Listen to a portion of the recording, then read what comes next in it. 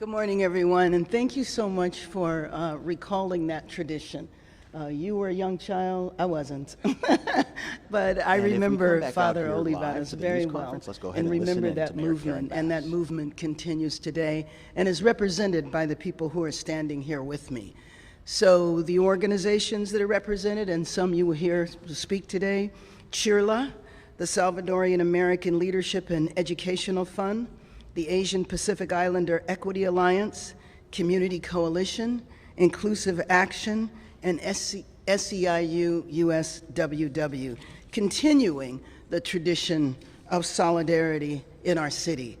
I am here today to sign an executive directive, and I just want to point out the irony for a minute, that there is a need for me to have an executive directive to help our city understand how to protect itself from our federal government.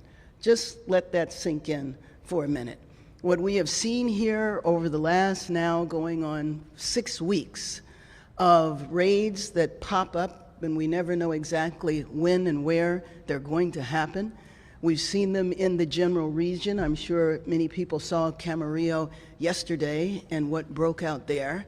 We saw MacArthur Park earlier this week, which I think now, after all assessments, it is viewed as just a display of force, just to put the city in its place, to say we are the federal government, we can roll out troops whenever we choose.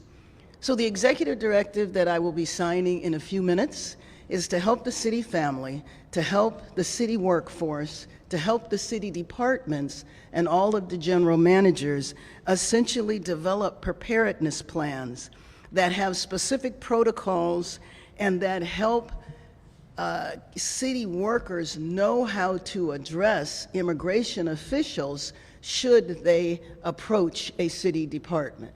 How we abide by the law, but we understand what our rights are as city employees, how we can provide protection for immigrants who might be attending a city event or at a city property, but we stay within the law. That we make sure that people that work with city contractors ensure that they are safe on city property. So you might have heard that a few days ago there were city contractors who were working and ICE rolled up on them and asked for ID and was inappropriate. And so even people that contract with the city, we want them to understand what their rights are.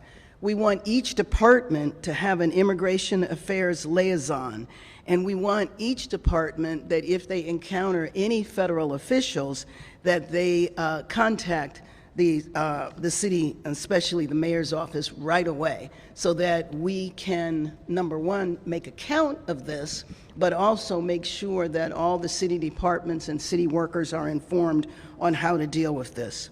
We also want to disseminate information on city services and assistance programs for families that are impacted by federal enforcement actions. And we are submitting a FOIA, a Freedom of Information Act request regarding the dates and locations of all enforcement activities in Los Angeles. I think you've heard me repeat every time I speak before you that when people are taken from our city, we do not necessarily know where they are going.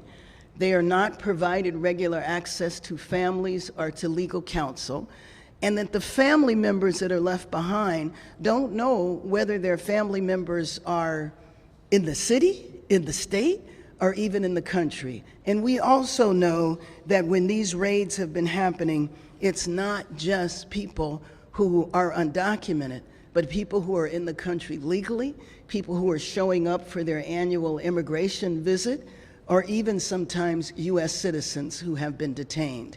So once again, I just want to repeat the irony that I am going to sign an executive directive to help the city family understand how to protect the workforce and Angelenos from our federal government.